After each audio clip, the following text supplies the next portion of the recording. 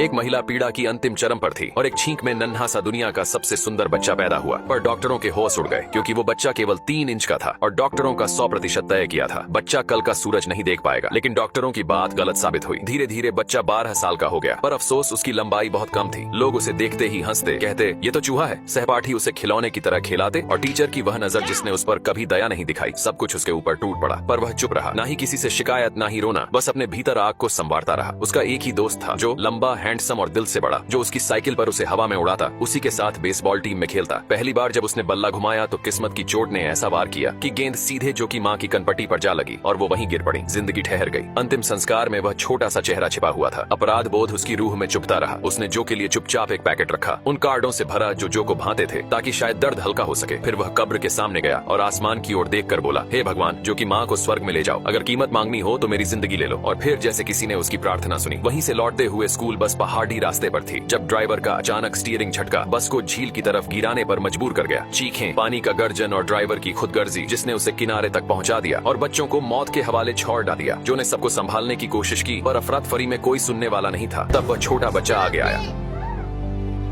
पहले पीछे का दरवाजा खोला, अनुशासन में लाइन बनाई, जो बेहोश बच्चों को बाहर ले गया और सभी को सुरक्षित करने की कोशिश में लगा रहा। फिर पता चला कि एक बच्चा अभी भी अंदर फंसा है। बिना देर किए वह फिर बस की ओर दौड़ा। पानी अब उसके सीने तक था, बस आगे झुकती जा रही थी। उसने उस बच्चों का पैर पकड़ डढ़ा, गोता लगाया, पैर छुड़ाया और उसे ऊपर धकेला ताकि वह खिड़की से बाहर निकल सके। बच्चे की चीख ने जो का ध्यान खींचा और जो ने उसे खींचा वह बच्चा बच गया, पर बस पानी के गर्त में और गहराई में समा रही थी। बार बार गोते लगते रहे और आखिरकार जो ने उसे बाहर निकाला। उसका शरीर ठंडा और शांत था। जब वह आंखें खोला, जो के आंसू उससे खुद बयां कर रहे थे और जो कांपते स्वर में बोला, मैंने तुम्हें माफ कर दिया, उसकी एक हल्की मुस्कान आई और फिर उसने आंखें बंद कर लीं। भगवान ने उसे उस छींक में जन्म दिया था और अब वही उसे अपने पास बुला रहा था। वो चला गया, पर उसकी कहानी, उसकी हिम्मत, उसका त्याग और जो का सच्चा दर्द वहीं रह गया। एक ऐसा किस्सा जो हर सुनने वाले के सीने में उतर जाएगा और जो सबको बताएगा कि असली बहादुरी शरीर में नहीं, दिल में बसती है।